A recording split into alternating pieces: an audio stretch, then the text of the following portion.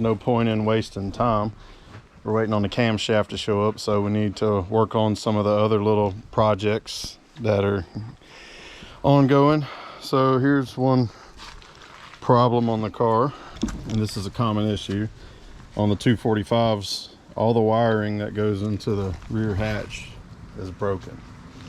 So I got 2 new harnesses from IDP. I think they're about 10 bucks a piece, and the wiring should be power for the rear wiper motor, which I'll never use, and then there's a lock solenoid for the rear hatch, which I'll probably figure out, or I'll probably hook it up to the auxiliary switch whenever I put in a keyless entry.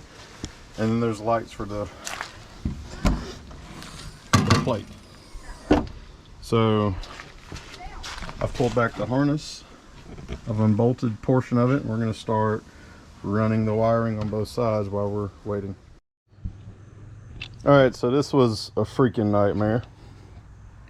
2 bolts here from the underside, you have to unbolt. A screw here, a bolt here.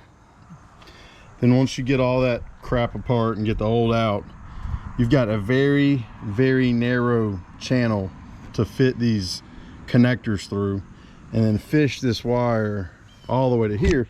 And guess what?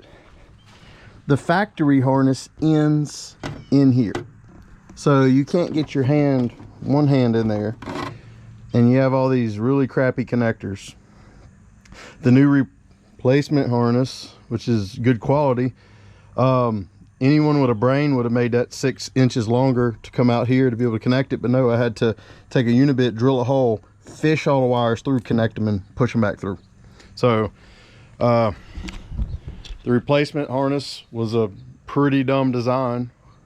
I don't know whose bright idea that was, to leave it as short as the factory one, which was idiotic as well.